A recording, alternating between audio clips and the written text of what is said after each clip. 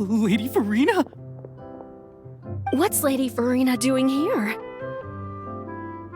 Hello all. Allow me to explain. As of today, Miss Farina will be supporting our production of The Little Oceanid in the role of artistic consultant. These two over here are the ones that made it possible. They kindly reached out to Miss Farina on our behalf. I'm sure they need no introduction. You bet! That was the trial of the century! You helped bring our director's murderer to justice. We can't thank you enough. Oh, please don't mention it. We're just here to join in on the fun. So, you were saying The Little Oceanid? Yeah, that's the name of our final show. It's an unfinished script left behind by our director. One of our greatest regrets is that she never got to complete it. So, if we can bring it to the stage and make it a successful show, we can all take some solace in that. Wait, but if it's not finished, then... Yeah, we've been battling issues on every front trying to realize this dream. Anyway, let me give you a quick summary of what the story's all about. The protagonist of the story is a young Oceanid who transforms herself into human form, despite the protests of her family. She longed to live just like any other human, and sure enough, she found friendship and even love. Everything seemed perfect. But one day, her true identity was exposed, and her world came crashing down around her. So far, so good. A classic tale. What happened after that? That's one of the issues we've been trying to deal with. Unfortunately, this was as far as the director got with her script. We need a proper ending so we can bring this musical to the stage. But people have different opinions on which direction to take it in. We still haven't decided between a happy ending or a true-to-life tragedy. By true to life, you mean the director's sudden disappearance? Yeah, like they say, truth is stranger than fiction. But then there's the question of whether we really want to use the stage to pass our raw pain onto the audience. Exactly. A lot of the time, people come to watch a show just hoping for some light entertainment. We have to consider their emotional stake in this, not just our own. And one last thing. We're still waiting on confirmation from two of our main actors. The first is Paulo, who plays the protagonist's lover. He's locked himself away to focus on writing an ending for the script, but the deadline's passed and we still haven't heard from him. The other is Villemont, who plays the main antagonist. He took the director's death pretty hard. Hasn't set foot in the city since. He did write to us, promising that he'll be there for the final performance, but we haven't seen or heard from him since. So we're not really sure what to make of that. Huh. Although, now that we have Miss Farina helping us, maybe we should take the opportunity to get everyone back together. What opportunity? What do you mean? Maybe you're unaware, but your name has always been like a rallying cry for us. Our director was constantly singing your praises. All of us look up to you as a role model. Oh, stop! You're making me all flustered. Although, not in a bad way. I suspect the reason they're dragging their feet is that they have their doubts about whether the show will really go ahead, considering all the issues you've been facing. But one by one, all the obstacles are being removed. Now is the time to rally the troops. Makes sense. Okay, priority number 1, let's check in with Paulo and see where he's at with the ending. He went back to Poisson a few days ago, said that staying in a friend's home might help him to relax and escape the feeling of isolation. I thought the last thing his friend would want right now would be to take visitors, given that Poisson was flooded not too long ago. But I guess it's the opposite. A friend in need and all that. Yeah, maybe he could use some company. Poisson? Nothing. I suppose my presence will be indispensable if we are to restore his faith in the show. So, allons-y. Tout puissant!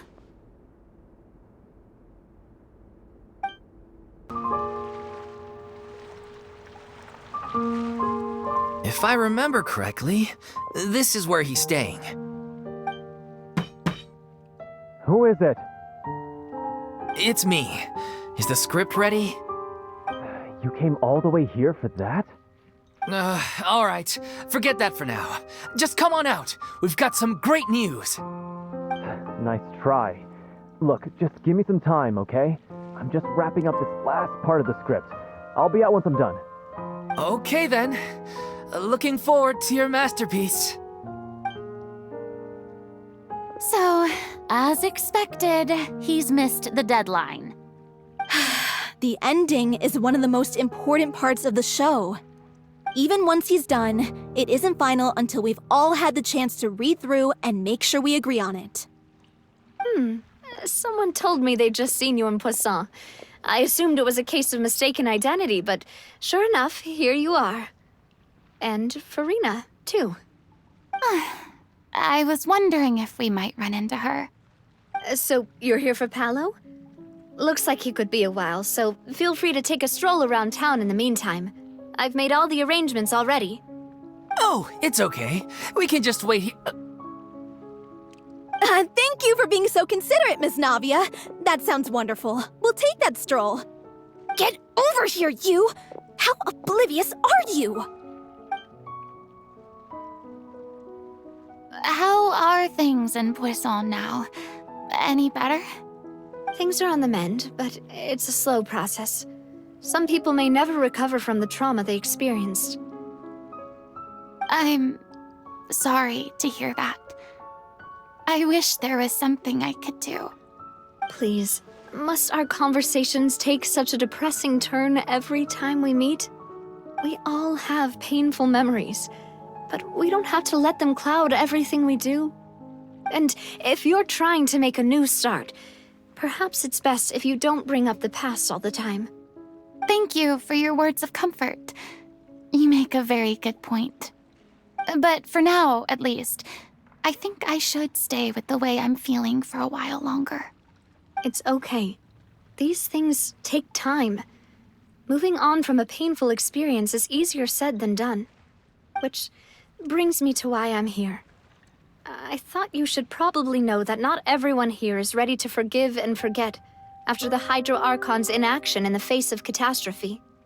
To avoid upsetting the peace, I told the townspeople that everyone here is a member of the theater troupe, and that you are just an actress playing the role of Farina. It's not a perfect solution, but hopefully it means you won't have to lie low while you're here. That's so thoughtful of you, Navia. Well, what do you expect? I am the courageous and considerate president of Spina di Rosula, after all, like my father before me. Anyway, that was all. Look after her now. Off we go then. Let's take a look up there. I don't have any friends that I can be frank and honest with, so maybe she's right. You're the closest thing to friends that I have.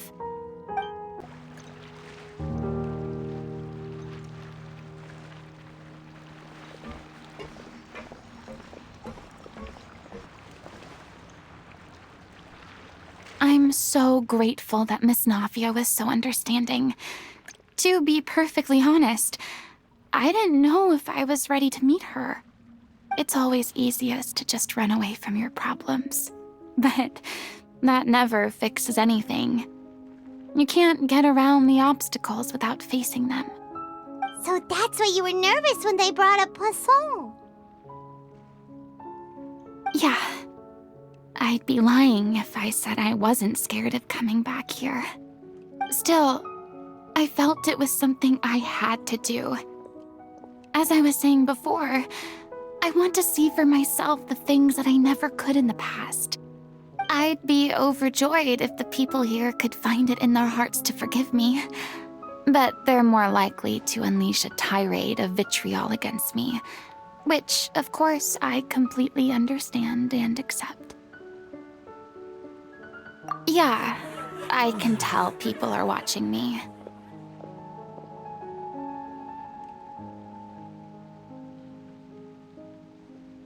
I'm sure some people here see the idea of someone coming to Poisson dressed as the Hydro Archon as extremely disrespectful. I used to be terrified of the gaze of other people, especially when they had suspicion or resentment in their eyes. I guess I wasn't quite ready for this after all. I'm surprised you're making yourself go through all of this.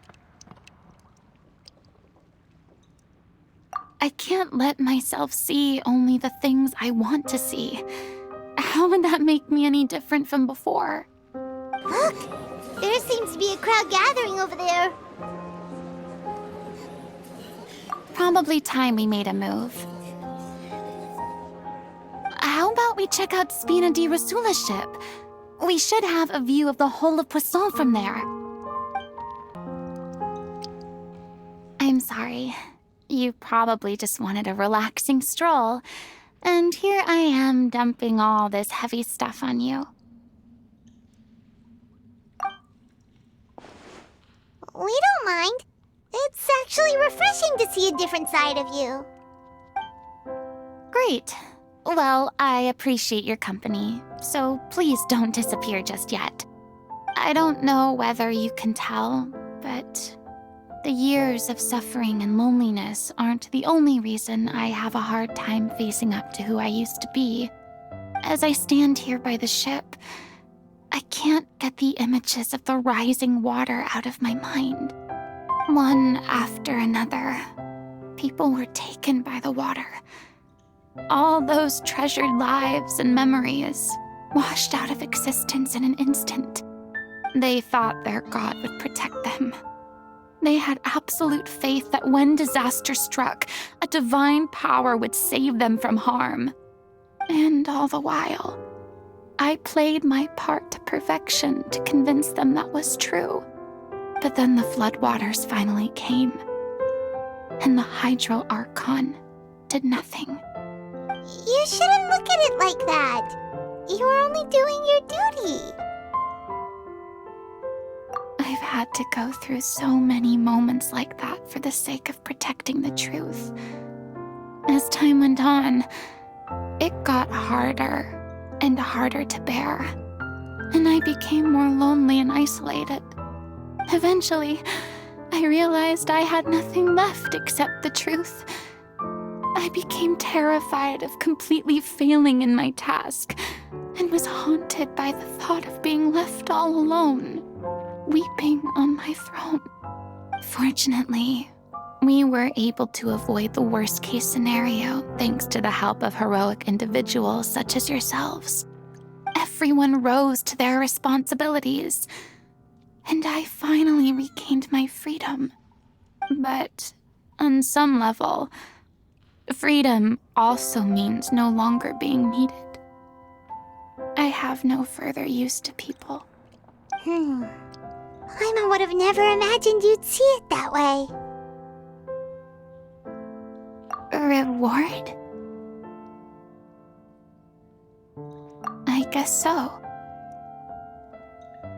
And back then, I didn't even dare to dream about having someone to confide in. I was scared of someone recognizing me for who I truly was, and exposing the secret I swore to protect. Believe in the Farina you see on stage.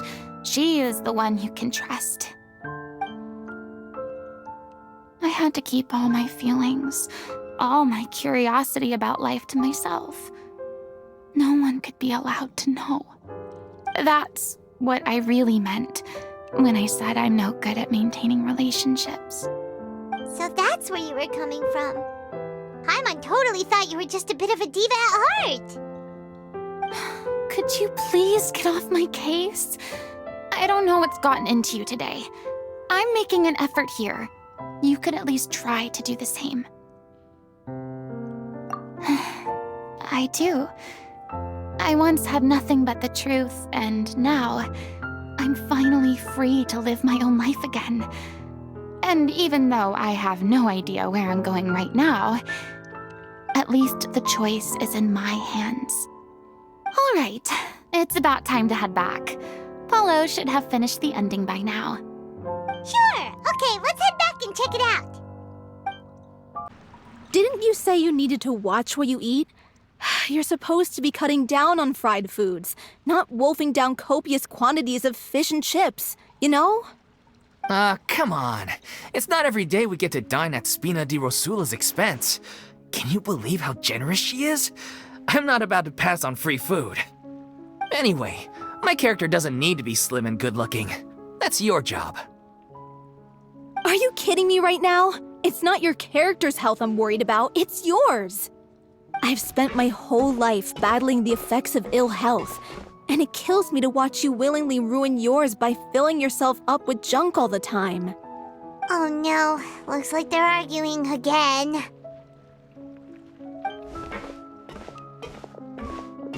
We're back! Could you maybe put your differences aside for a moment? Ah, you're back. We've been enjoying Spina di Rosula's VIP treatment in your stead. Paulo's nearly done. We shouldn't have to wait too much longer. Great! So you were discussing your characters, right? We heard she's playing the Oceanid who turns into a human girl. What about you? Me? I'm an Oceanid too. He was originally supposed to take the form of a crane, but he outgrew that role. Well, the costume at least. So now he's playing the boar instead. Sorry. The boar's not a bad character, actually. He's the one who raises the little Oceanid, yes? That's right. He has some pretty memorable lines too, like when he imparts some solemn words of wisdom to the little Oceanid. If you become human, you can reveal your secret to no one. You will face suffering and loneliness. Is this truly what you want? Wait, that sounds kind of familiar. It's the most important line in the whole script. I think it's a symbolic statement about our director's life and legacy. She kept quiet about all the trials and tribulations she faced in running our troupe, allowing us to devote ourselves fully to performing. It was only after she was gone that we realized how tough her job really was. You mentioned earlier that the troupe is like your home. Yeah. I was born with an incurable illness, and once my family found out it couldn't be treated, they decided they didn't want me anymore. I spent some years taking whatever work I could find and trying to manage my illness with various medicines. But whenever I had a bad flare-up, I'd be lying in an alleyway for days at a time. It was like that until the director found me one day. She told me I had a great voice and asked if I was interested in studying singing from her. I said yes. She took me under her wing, taught me to both sing and act, helped me find Mora for my meds, took care of me when my condition decided to flare up. I know it was all a huge burden on her. She sounds like a really incredible person. She really was. She gave everything she had to her troupe and the people in it. All of us were so proud to call her our director. I was a lost child too when she found me. As the child of a murderer, my parents weren't around when I was little, so I got sent to an orphanage. The other kids were always picking fights with me. They'd say things like, "Come on, you must be pretty tough if you're the son of a murderer." It was just to taunt me, though. I was an easy target, and they knew it. One day, I got beaten up so bad that I just couldn't take it anymore, so I ran away. I lost all faith in humanity by that point. Thought the whole world was out to get me. Let me guess. Fortunately, the next person you ran into was the director. Yeah. For the first time in my life, I was somewhere I felt safe. And I promised myself I'd stay here until the day the group parted ways. The day you hoped would never come. How times change. Oh, you're finally done? Get your butt over here. There's someone I need to introduce you to. This is our new artistic consultant, Miss Farina. Farina? The Farina? Oh my god, how did you manage to wrangle that? Please, the honor is all mine. I was profoundly moved to hear about your troupe and your wonderful director. I just wanted to do something to help. Same here. Even so, this is just... Oh, wow. I'm sorry. I'll try to calm down. Now, where was I? Ah, yes, the script, of course. Let me give you a rundown of how the story unfolds in my version of the script. I'm sure you're already familiar with the beginning of the story. A little Oceanid decides she wants to become a human against the wishes of her family. She finds love and friendship in the bustling city. But then, disaster strikes. The people start to notice that all the fresh water in the surrounding area is slowly disappearing.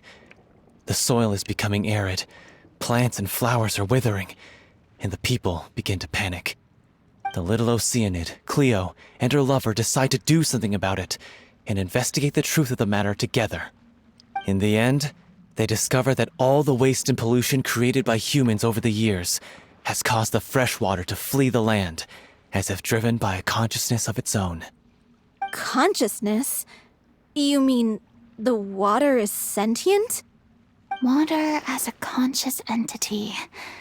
There's actually quite a few stories that explore this theme. Since the little Oceanid is a water spirit, she immediately understands how the water is feeling. She then tells her lover about her true identity, as well as the truth behind the crisis. Her lover accepts her for who she is, and works with her to find a way to bring the water back. However, unbeknownst to them, there were some people eavesdropping when she revealed her secret. The little Oceanid is accused of being directly responsible for driving the water away, and faces the greatest dilemma of her life. And then?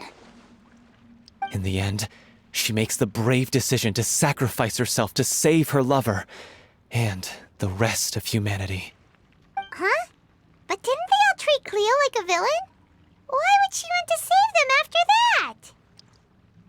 Well, she mainly wanted to save her lover, plus everyone who'd stood up for her. Through her love for her human partner, she was able to find an even greater love, one that extended to all of humanity. Surely the biggest strength of Cleo's character. There's actually something else that bothers me. You know the protagonist is supposed to represent the director, right? And she never had the chance to become a hero in our world. If we're serious about dedicating this show to her memory, we should make the ending as true to life as possible. What about if the little Oceanid is hounded to death by people who hate her, her lover makes sure her secret never gets out, and humanity continues down the path to extinction? That sounds like too cruel of an ending to me, and perhaps a little irresponsible to present to the audience. That ending would be a perfect mirror to Director Aureli's death, both arbitrary and meaningless. On the day when she went missing, Director Aureli had instructed us all, somewhat out of the blue, to leave the court of Fontaine and wait for her outside the city. We waited and waited at the rendezvous point, but she never came. By the time we returned to the city, she disappeared without a trace. We looked for her.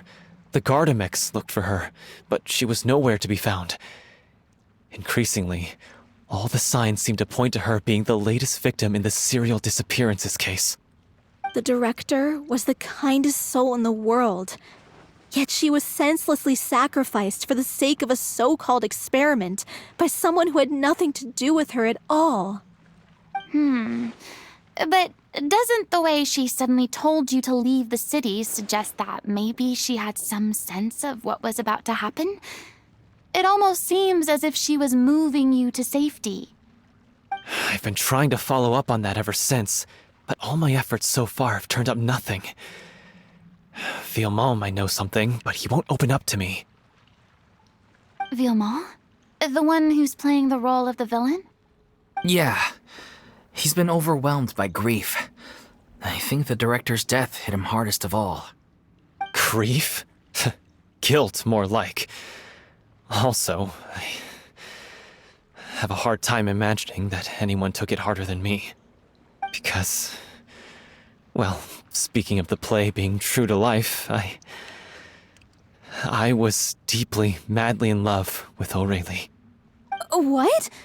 You kept that one quiet. It's time to be upfront with you all. No more keeping secrets from each other. We'll never be able to agree on the ending if we can't be honest about how we feel. I did tell her how I felt once, but she turned me down pretty much straight away. She said that we were all like brothers and sisters to her, and she'd never considered us as potential romantic partners. Not that it came as a shock or anything. It was what I was expecting to hear. So I told her I'd always be there for the troupe, and I'd always be there for her. I said, maybe one day in the future, when everyone's settled into their own lives and on the up and up, and managing the troupe no longer required her constant attention, well, maybe then she could reconsider what she really wanted in her life. And now, that day will never come. Oh, Paulo. So if I'm the one writing this ending, then I'm gonna make sure it does right by O'Reilly. I won't let anyone get in the way of that. In that case, you have to straighten things out with Vilmont once and for all, face to face. We've all had our differences of opinion over the ending, but those two have never seen eye to eye on anything. One of them has to compromise if we're ever going to reach a final decision. Well, if that's where we're at, looks like it's time to go visit Vilmo. Are you ready to face the truth? Honestly, I'm slightly terrified. But for the sake of our final performance, I'll do whatever it takes. Funny you should ask, though.